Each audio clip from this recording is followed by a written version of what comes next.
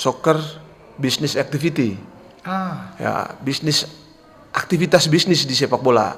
Kita terlalu terkungkung dengan pengalaman masa lalu atau yang selama ini yang terjadi bahwa sepak bola itu harus dipegang oleh seseorang yang kuat secara finansial. Nah, ini yang harus kita perbaiki, bahwa sepak bola itu you have to do something about business supaya nanti sepak bolanya panjang nafasnya. Betul. Ya. Di negara-negara di dunia, coba kita lihat, yang namanya sepak bolanya maju itu selalu dibarengi dengan bisnis. Betul.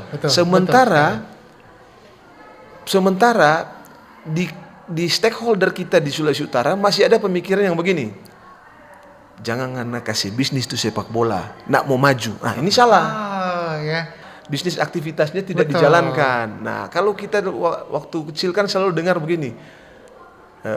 Ngoni bikin bisnis di sepak bola, makanya tidak maju-maju. Tapi ternyata ketika seiring berjalannya waktu saya pelajari sepak bola harus dibisniskan supaya bisa maju.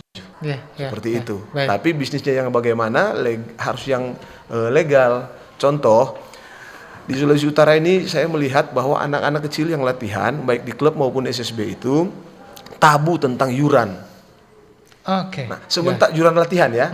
Sementara di Eropa, jangan jauh-jauh lah, di Jawa itu yuran latihan itu bagi anak-anak yang datang latihan itu wajib untuk membantu keuangan klub, finansial klub apabila ke depan nanti contoh kayak dia ikut kompetisi dan lolos ke putaran nasional. Nah, dari situlah dananya yang akan dipakai. Nah, kita masih tabu.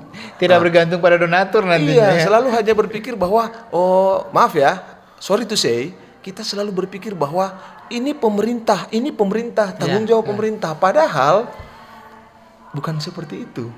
Kita harus jadi klub mandiri, ya.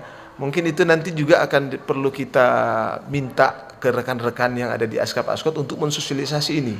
Soccer business activity di Sulawesi Utara harus dijalankan supaya orang-orang tua bilang tuh nafas mau panjang. Kanal Informasi.